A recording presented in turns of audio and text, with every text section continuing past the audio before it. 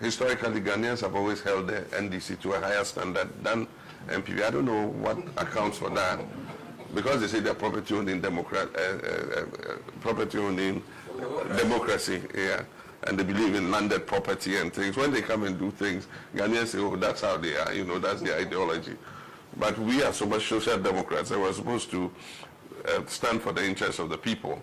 And so when we come into office, they expect that we should live by our ideology. And so I keep warning people who, and I'm receiving a lot of CVs and things of people who want to serve, that it's not going to be, you know, like I said yesterday, a walk in the park. It's going to take people who are selfless, who really want to work for this country, to come and join me to do so. For me, this is a legacy term. It's 4 years. I want to give this country my best, and I'm going to retirement knowing that we've created a platform, we've reset our country so that the next generation can come and take it and build upon it. And so I need all the prayers and all the encouragement, support that we need.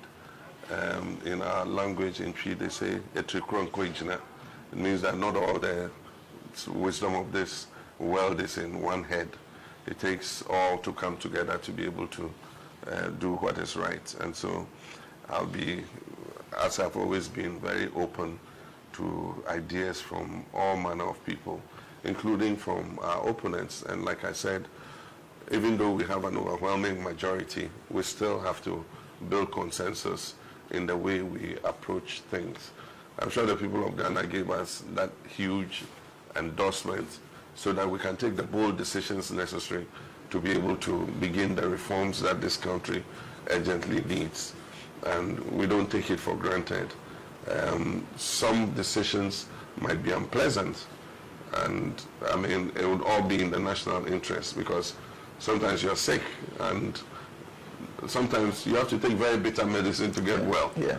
And so it's not everything that we do that must be pleasing to the people, but it must, whatever we do must be in the national interest. Amen. Whether it's pleasant or unpleasant, it must be in the national interest. And so for me, that is the guiding principle. One of the early things that I think I want to do is, one, to begin again the process that was started by Professor Mills in respect of the constitutional review. It stalled at a certain point, and for the last 8 years, we haven't moved it anywhere. I think that the time has come for us to look at our constitution again. It has served us well, and I still believe it's one of the best constitutions any African country can have. But after using it for several years, we realized that there are a few parts that we need to tweak so that it can serve us for even further generations to come. Okay. And so one of the things that I intend to do is to hold a national validation conference where we would bring all stakeholders in a form of consultative assembly. The legal people will know how to phrase it so that we can move it forward. Now what we want to do is to bring the constitutional review report back to this validation conference. There might be things that we flagged that we wanted to amend that might not be necessary again this time. And there might be new things that we didn't really take notice of that will become important for us to include in the review. I mean, for instance, if you take the impasse between Parliament and the judiciary, nobody anticipated that a situation like this would arise. But once it's arisen, we must clearly state what the mandate of the Speaker is, so that it's unambiguous, so that nobody has to go to the Supreme Court to seek interpretation about what the Speaker's role is when vacancies occur.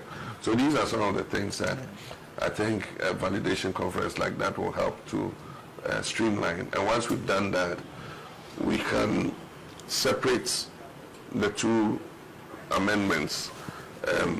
We have the entrenched clauses and we have the non-entrenched clauses. The non-entrenched clauses are easy to pass because it just has to do with Parliament. And so once we all build a consensus around the non-entrenched clauses, we can send them directly to Parliament. The entrenched clauses are going to be more difficult, but we need to build a consensus around them. They are more difficult to amend because you need Parliament to validate it.